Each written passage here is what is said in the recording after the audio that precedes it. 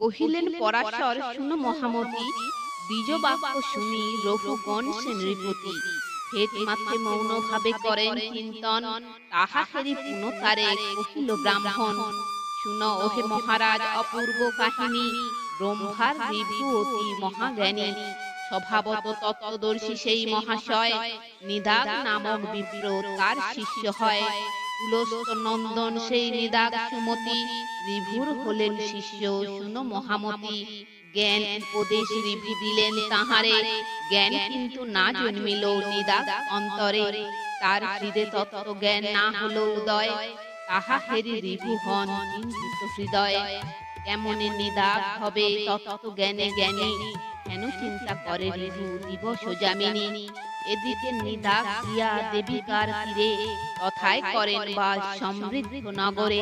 পুলস্ত কর্তৃক সেই স্থাপিত নগর,